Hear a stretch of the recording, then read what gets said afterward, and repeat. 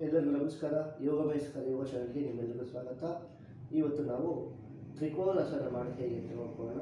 ಮೊದಲಿಗೆ ಸಮಸ್ಥಿತಿಯಲ್ಲಿ ನಿಂತ್ಕೋತೀವಿ, ಎರಡೂ ಪಾದವನ್ನು ಜೋಡಿಸ್ತೀವಿ, ಎರಡು ಮಂಡಿಯನ್ನು ಬಿಗಿ ಮಾಡ್ತೀವಿ, ಸೊಂಟದ ಭಾಗ ಪಟಕ್ಸ್ ಟೈಪ್ ಮಾಡ್ತೀವಿ, ಹಾಗೆ ಹೊಟ್ಟೆ ಭಾಗ ಹೊರಗೆ ನೋಡ್ತೀವಿ, ಎರಡು ಭುಜವನ್ನು ರೋಲ್ ಮಾಡಿ ಕೆಳಗೆ ಇಳಿಸ್ತೀವಿ.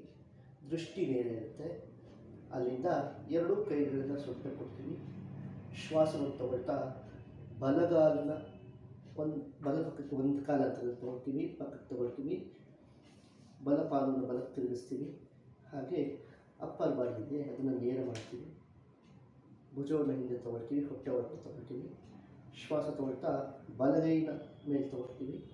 ಶ್ವಾಸ ಬಿಡ್ತಾ ನಿಧಾನವಾಗಿ ಬಲ ಪಕ್ಕಕ್ಕೆ ಬಾಗ್ತೀವಿ, ಬಲ ಪಕ್ಕಕ್ಕೆ ಬರ್ತೀವಿ. ಬಲ ಪಕ್ಕಕ್ಕೆ ಬರ್ತಾ ಬಲ ಮಂಡಿಯನ್ನು ಮುಚ್ತೀವಿ.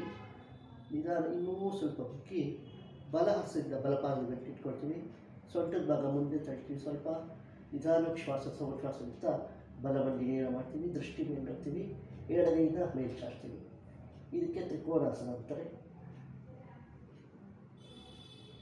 ಸಹಜವಾದ ಉಸಿರಾಟ. ನಿಧಾನವಾಗಿ ಶ್ವಾಸ ತಗೊಳ್ತಾ ಮೇಲೆ ಬರ್ತೀವಿ.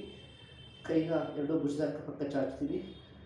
ಬಲಪಾದವನ್ನು ಒಳಗೆ ತೊಗೊಳ್ತೀವಿ, ಎಡಪಾದವನ್ನು ಎಡಕ್ಕೆ ತಿರುಗಿಸ್ತೀವಿ. ಅಪ್ಪರ್ ಬಾಡಿ ನೇರ ಮಾಡ್ಕೊಳ್ತೀವಿ. ಬಲ ಹಸ್ತವನ್ನು ಸೊಂಟಕ್ಕೆ ಕೊಡ್ತೀವಿ. ಎಡಗೈನ ಸ್ವಲ್ಪ ಮೇಲೆ ತೊಗೊಳ್ತೀವಿ, ಶ್ವಾಸ ತೊಗೊಳ್ತೀವಿ. ಶ್ವಾಸ ಬಿಡ್ತಾ ನಿಧಾನ ಹಾಗೆ ಎಡಪಕ್ಕಕ್ಕೆ ಬಾಗ್ತೀವಿ. ಎಡಪಕ್ಕಕ್ಕೆ ಬಾಗಿ ಎಡ ಮಂಡಿ ಮಡ್ತೀವಿ. ಇನ್ನೂ ಸ್ವಲ್ಪ ಕೆಳಗಡೆ ಹೋಗಿ ಎಡ ಹಸ್ತಿಂದ ಎಡಪಾದ ಗಂಟೆ ಇಟ್ಕೊಳ್ತೀವಿ. ಸೊಂಟದ ಭಾಗ ಸ್ವಲ್ಪ ಮುಂದೆ ತಳ್ತೀವಿ. ಶ್ವಾಸ ಬಿಡ್ತೀವಿ, ಎಡ ಮಂಡಿ ನೇರ ಮಾಡ್ತೀವಿ. ಬಲಗೈನ ಮೇಲೆ ಚಾಚ್ತೀವಿ. ದೃಷ್ಟಿ ಬಲ ಹಸ್ತದ ಕಡೆ ಇರುತ್ತೆ.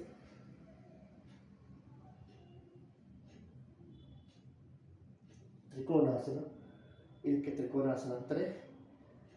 ಶ್ವಾಸ ಬಿಡ್ತಾ ನಿಧಾನ ಎರಡು ಕೈಗಳನ್ನ ಕೆಳಗಡೆ ಇಡ್ತೀವಿ. ಎಡಪಾದವನ್ನು ಒಳಗೆ ತೊಗೊಳ್ತೀವಿ. ಬಲಪಾದ ತಂದು ಎಡಪಾದ ಜೋಡಿಸಿ ಪುನಃ ಸಮಸ್ಥಿತಿಗೆ ಬರ್ತೀವಿ. ಈ ಆಸನದಿಂದ ಸೊಂಟದ ಭಾಗ ಸಡಿಲವಾಗುತ್ತೆ, ಎರಡು ಕಾಲಿನ ಭಾಗ ಸಡಿಲವಾಗುತ್ತೆ, ಬೆನ್ನಿನ ಭಾಗ ಹಿಗ್ಗುತ್ತೆ, ಪಕ್ಕೆಲುಬುಗಳೆಲ್ಲ ಹಿಗ್ಗುತ್ತೆ, ಭುಜದ ಭಾಗ ಸಡಿಲವಾಗುತ್ತೆ. ಈ ದೃಷ್ಟಿ ದೋಷ ಇದ್ದರೆ ಅದು ಕೂಡ ನಿವಾರಣೆ ಆಗುತ್ತೆ. ಕುತ್ತಿಗೆ ಸಡಿಲಾಗುತ್ತೆ, ಕೈಗಳು ಕೂಡ ಸಡಿಲಾಗುತ್ತೆ. ಆಸನವನ್ನು ನೋಡಿ.